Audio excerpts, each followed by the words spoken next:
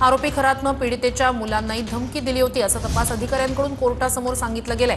पीडितेकडून खरातनं आधार card आणि pan card घेतलं होतं, ही माहिती सुद्धा तपास अधिकाऱ्यांनी कोर्टासमोर ठेवली आहे। आधार कार्ड पॅन कार्ड कशासाठी घेतलं होतं हे तपासायचंय, काही मालमत्ता खरेदी केली होती का हेही तपासायचंय असं तपास अधिकाऱ्यांकडून कोर्टासमोर सांगितलं जातंय। तर लग्नाचं आमिष दाखवून आणि मरणाची भीती घालून अत्याचार केल्याचं तपास अधिकाऱ्यांनी कोर्टाला सांगितलेलं आहे।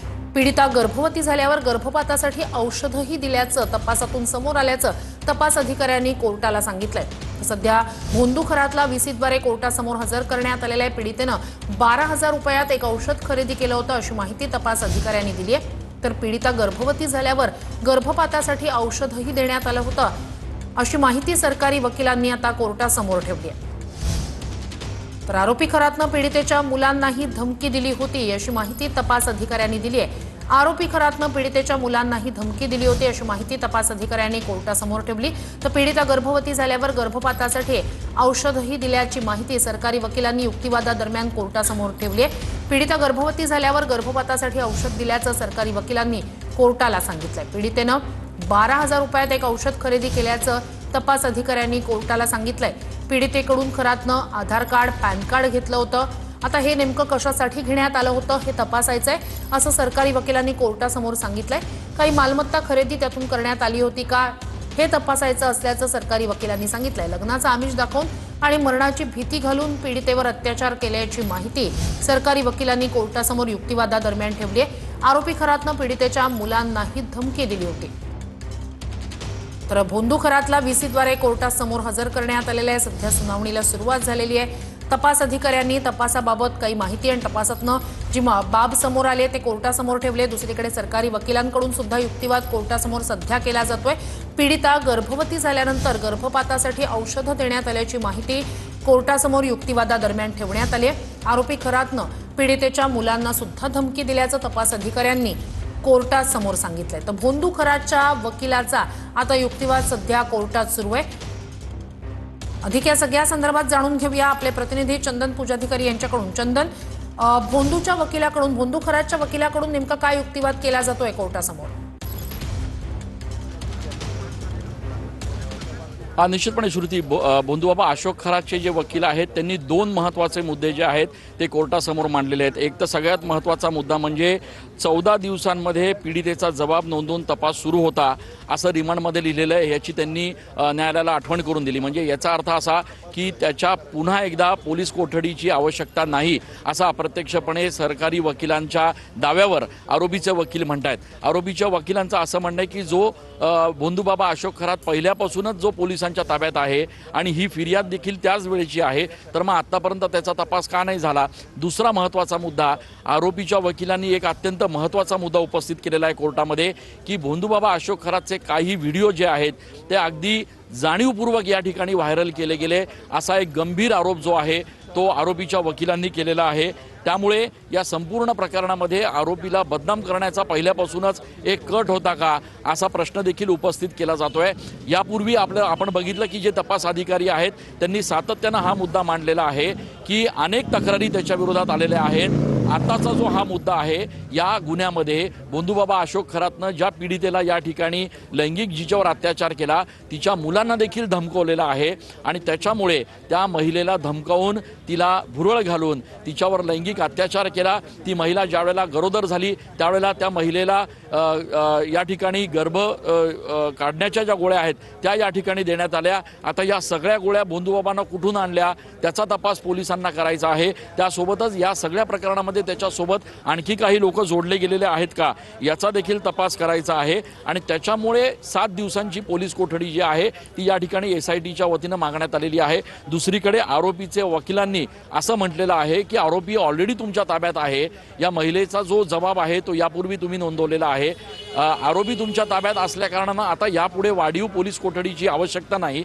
आणि दुसरा महत्त्वाचा मुद्दा जो आरोपीच्या वकिलांनी कोर्टासमोर या ठिकाणी अधोरेखित केलेला आहे तो म्हणजे की भोंदूबाबा अशोक खरातचे काही व्हिडिओ जे आहेत ते अगदी जाणीवपूर्वक या ठिकाणी व्हायरल केले गेलेत का, असा एक सवाल जो आहे तो त्यांनी या ठिकाणी उपस्थित केलेला आहे। आणि त्यामुळे या संपूर्ण प्रकरणामध्ये 15 दिवसांच्या पोलीस कोठडीत पुरेशी चौकशी झालेली आहे असं देखील आरोपीचे वकील म्हणतात। एका पीडितेनं तक्रार दिली आणि त्यानंतर धैर्य दाखवून पीडितांनी तक्रार द्यायला सुरुवात केली असली तरी आरोपी हा तुमच्या ताब्यात आहे। आणि त्यासोबतच आरोपीचे व्हिडिओ देखील जे व्हायरल होत आहेत त्यावर देखील सरकारी वकिलांनी या ठिकाणी प्रश्न उपस्थित केलेले आहेत। अशोक खरातला देखील कोर्टानं प्रश्न केलेला आहे की तुम्हाला काही सांगायचं आहे का। श्रुती, हा अत्यंत महत्त्वाचा एक मुद्दा आहे।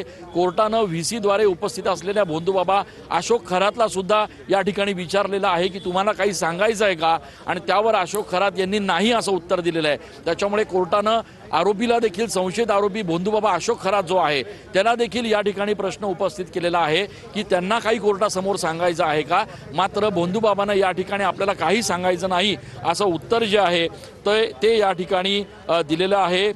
खरातनं मला काहीही सांगायचं नाही असं म्हणत न्यायालयाला हात जोडलेले आहेत अशी देखील माहिती मिळते आहे। त्याच्यामुळे या सुनावणीच्या दरम्यान एकीकडे जे अधिकारी आहेत, जे तपास अधिकारी आहेत, त्यांच्याकडनं सातत्यानं घडलेल्या घटना न्यायालयासमोर मांडल्या जात आहेत। 7 दिवसांची पोलीस कोठडी मागितली जाते, तर आरोपीचे वकील जे आहेत त्यांच्याकडनं हा मुद्दा उपस्थित केला जातोय की यापूर्वीच ही पोलीस कोठडी मिळालेली आहे आणि त्यामुळे आता पोलीस कोठडीची आवश्यकता नाही।